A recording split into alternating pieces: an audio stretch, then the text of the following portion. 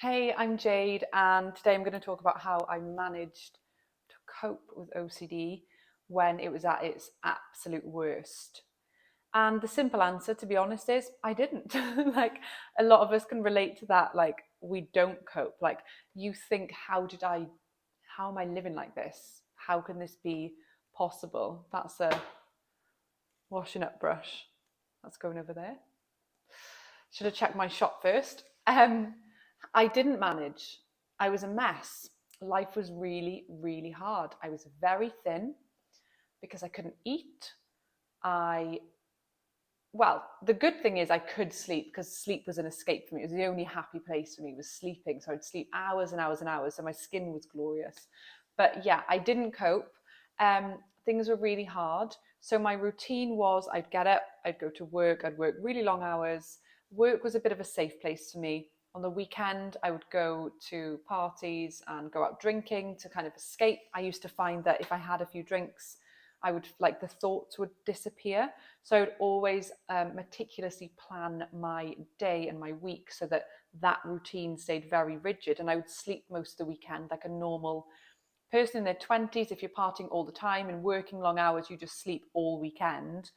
And that suited me and my husband. We lived in an apartment in the city. So it was like, it was kind of fun times as well. I think when you're in the depths of avoidance and you're avoiding triggers, you actually can function fairly well. Now, I'm definitely not recommending this because unfortunately what happened is the world got smaller and smaller and smaller. And so where I had safe places, they became not safe places and everything became an issue. Even my flatmates suggesting that we walk into the city centre, which is literally where we live, to grab a pint of milk in the middle of the day. It'd be like, are you kidding me? Like, I can't, that's not part of the schedule. And so I was scared of seeing triggers. So it's almost like how I managed was avoidance. But at the time, because I didn't know I had OCD, I've had it since I was 8. I only learned I had it when I was 29.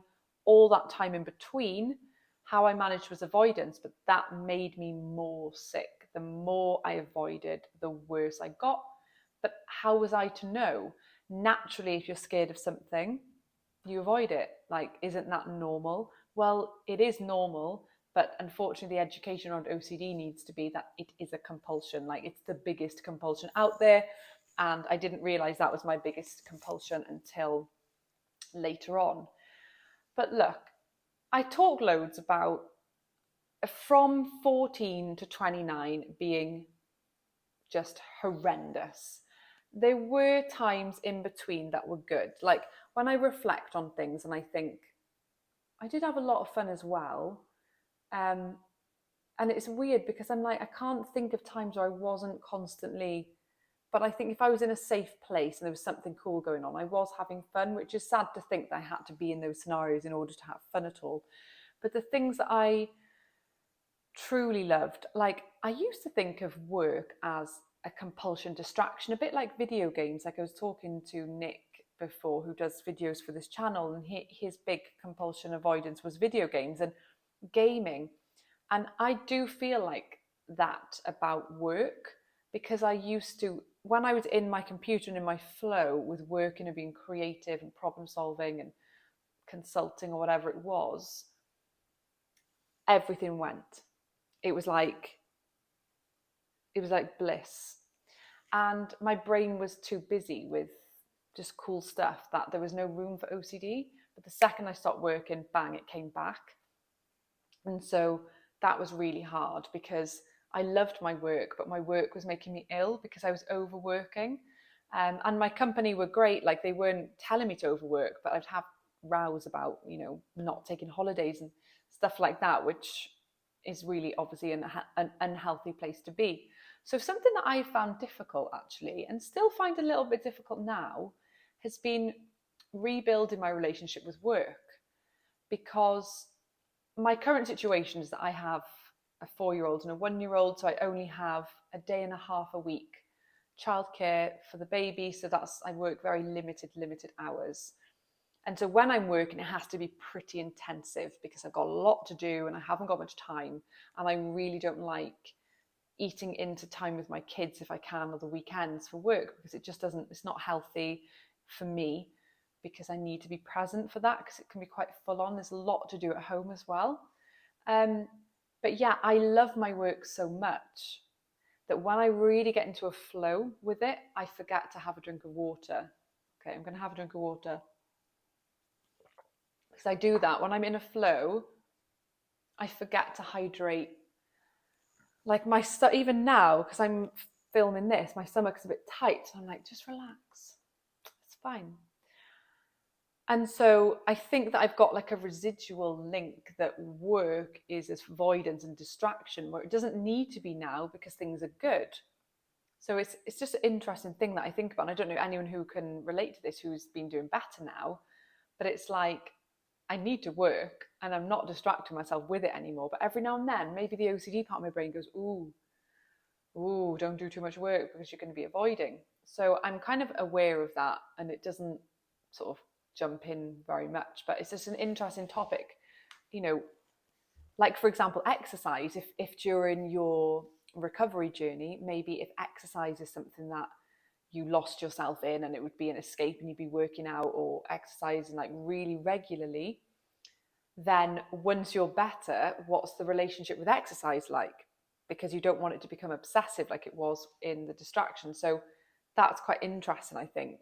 And it is about balance. So I used to try and find certainty with these things, like, okay, so how many hours should I be working a day, and what breaks should I be taking, and how much running is too much running, and stuff like that. And it's like you need to go with uncertainty there, because maybe I will burn out every now and then. I did yesterday. I had the most intense working day yesterday because it was the only working day I've had for quite a while, for various reasons. I had like 3 or 4 meetings. I had like 4 tasks in between each of those to do, and I barely had time for a quick sandwich. And it was like quite a wild back and forth the city, and like different meetings, different people, and prep before, all that stuff. It was really crazy, but I wasn't scared by that. I was like, I'm going to be wrecked when I get home, and I'm going to just need a takeaway and a bath and like just unwind. And it was fine. And so I think there's a lot to take from that. Like sometimes we're scared of stuff that when it actually happens is not that bad. And so I've learned over the years in OCD recovery journey not to be rigid, like how much caffeine is okay. And if you're anything like me, it would be, so they said that I can have this amount of caffeine, and that is 2 instant coffees or 1 like Starbucks type coffee. So like, oh, I had an instant coffee this morning with my breakfast. Can I now have a Starbucks, or should I get decaf? Because otherwise I'm going to be wired, and otherwise I'm going over what I should be having. And that is just really problematic. I remember once having a one-to-one session with Robert Bray, who runs this channel, and it was 6 o'clock, I think, a few years ago. And I was talking about my fear of caffeine, and he was like, go make a coffee now, like do it as an exposure. Why don't you just have a coffee now? I was like, but I won't sleep if I have a coffee now. He was like, but then you won't sleep. And I love that, because it's like when you make peace with the fear, it goes away. It's like, yeah, maybe I won't sleep. Maybe I'll be burnt out. Maybe this, maybe that. I don't want it. But if it happens, there's nothing I could do about it. So I'm going to go with it. And so, like, the other ways in which I coped when OCD was really bad was connecting with who I am. I remember being really ill when I was 15, unbelievably ill, like not a second's peace, like shaking, cold, sweating in the bathroom, like unbelievable. And I had this art teacher, because I've always been interested in art, and he was helping us to, like, he would allow us to come in at lunchtime and do art, which I just loved. Like the door was always open. And then one evening I decided to get a big old projector in one of the bedrooms at home, and I had this huge canvas, and I'd drawn a really cool picture of this girl or like some kind of musical scene, and I projected to you guys. Do the younger people even know what a projector is? Because in school we had, it's like a light box, and you'd put like something on top of it that would be traced, and it would project it onto the wall before like all digital. Anyway, I had a projector, like an actual projector, and drew the picture, traced it, and then put it on the projector, and it went onto the canvas, and I painted the whole thing, and I was listening to like Macy Gray. And at the at the time it felt like, oh, you're just distracting yourself from who you are as this evil person. But actually, when I think about it, I wasn't. I was connecting with me, who I am, and that is art, nice music, time to myself, being creative, not trying to achieve anything. And I clearly was just connected with who I am. And so the OCD suffering just kind of lifted because I was deep rooted in something I was passionate about. And I would really recommend trying to stop the obsessive cycle and find out, what is it that you fundamentally really love? What is it that sparks something in you? And the same with running.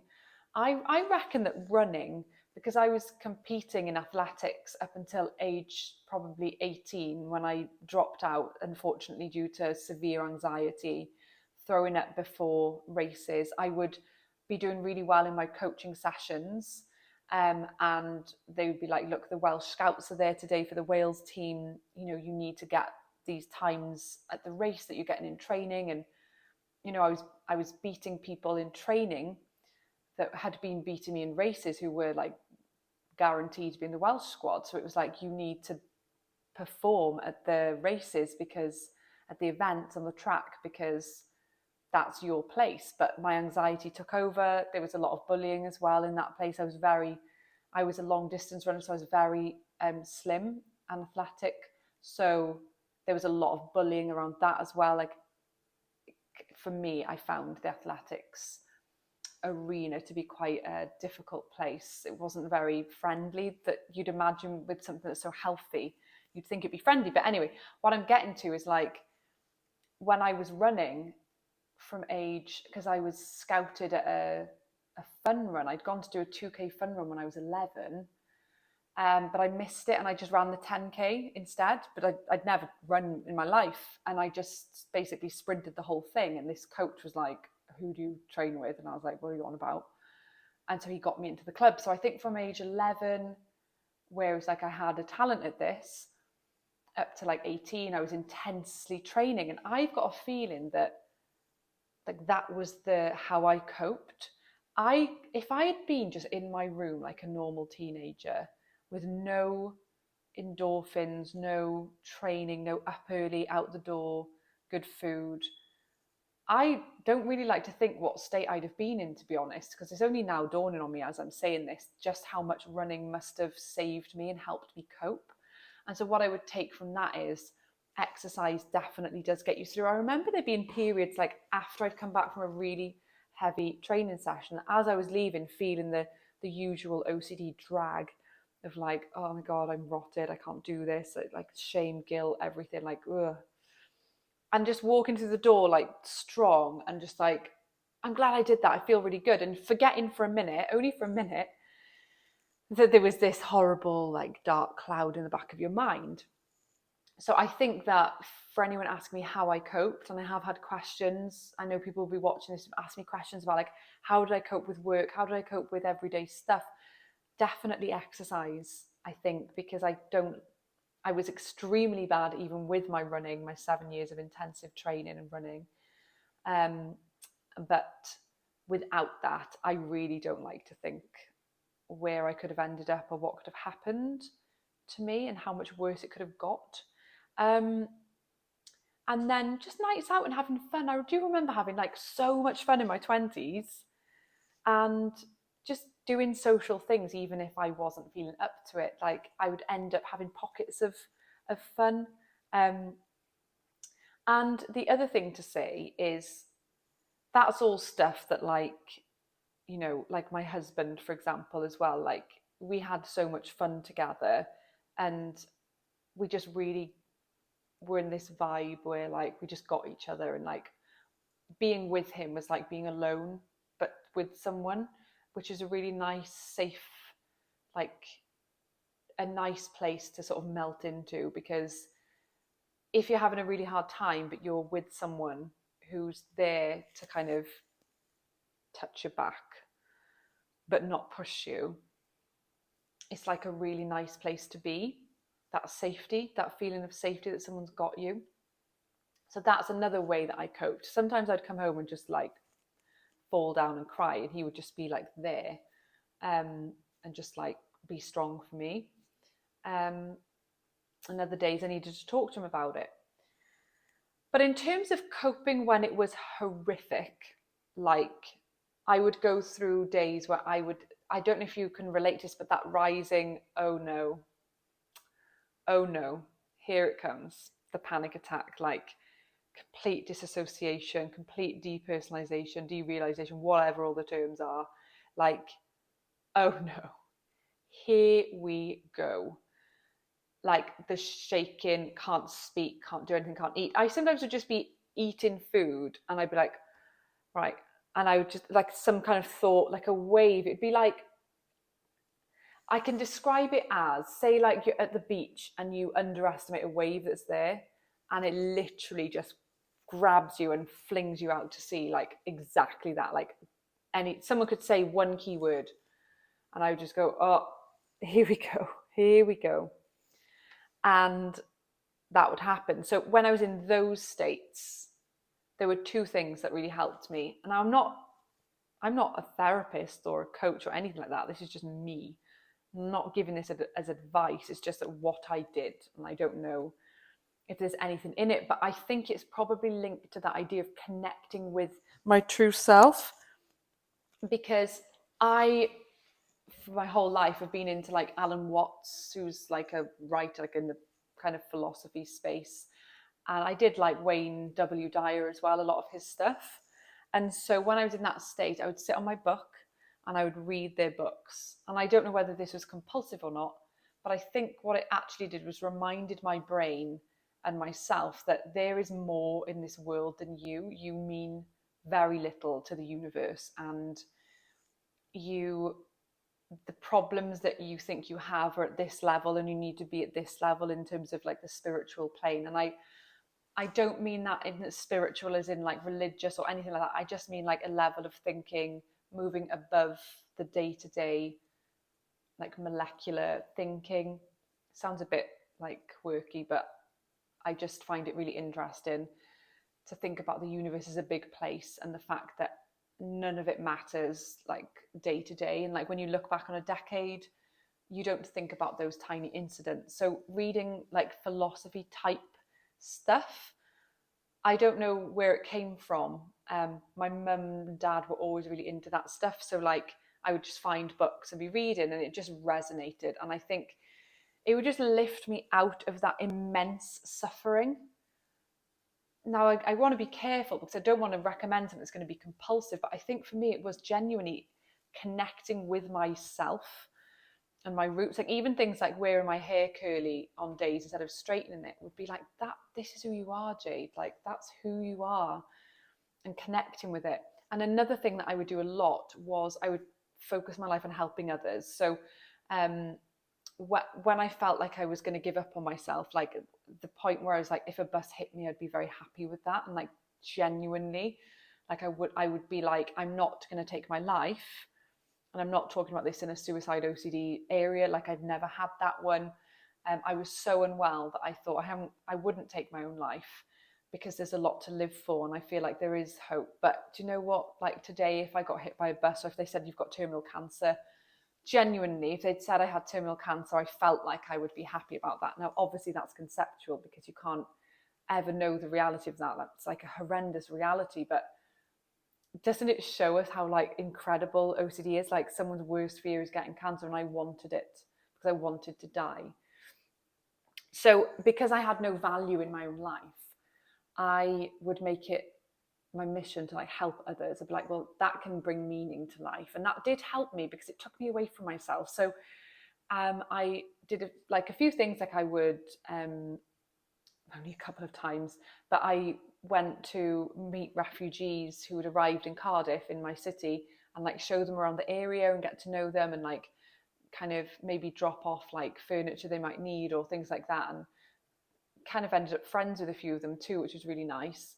Um, and just like anything I could do, like if there was a friend who was planning a wedding, I would just like take over, and that was probably a bit too much, but like um, anything where the other person was the focus.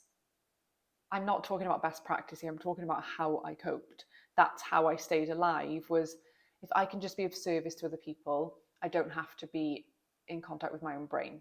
And that's really just unhealthy, because now I really like helping people because my brain's at peace, and I'm aware that my time is super limited, so I can't really do as much as I would like. I'm trying to integrate like helping people into how can I get my kids involved with helping others so that they learn valuable life skills, versus it being like this whole big thing that I have to find time for.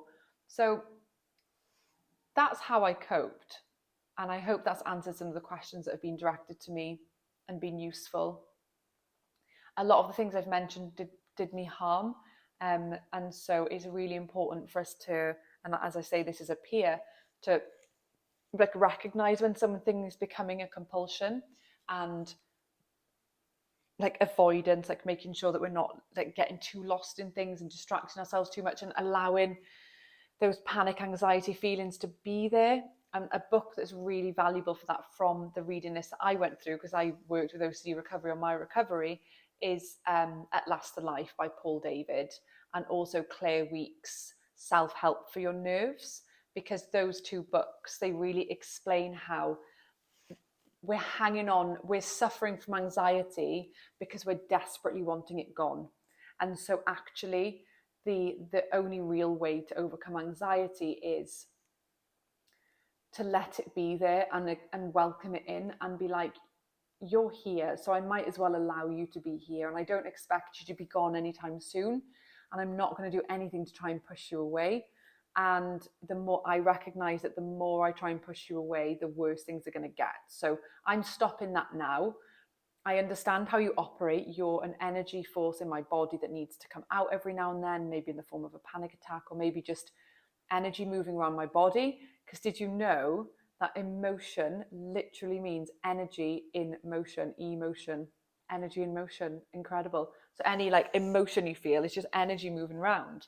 So when you can like unpick yourself from that and go, this is just my body doing something, and this is my brain firing off, not in a compulsive way, just that being aware of that, it's like, okay, well, yeah, do your thing. Like, I'm doing my thing, and you, body, can do what you want, and brain, go crazy. And it does start to unlatch when you don't care as much. So I hope that has been valuable to you today. Any questions, just mention below, subscribe to the channel, give us a like on this video if you found it interesting. And yeah, any questions you have, I will go through the comments, and it will inform the next video that I do for the channel. Thanks so much.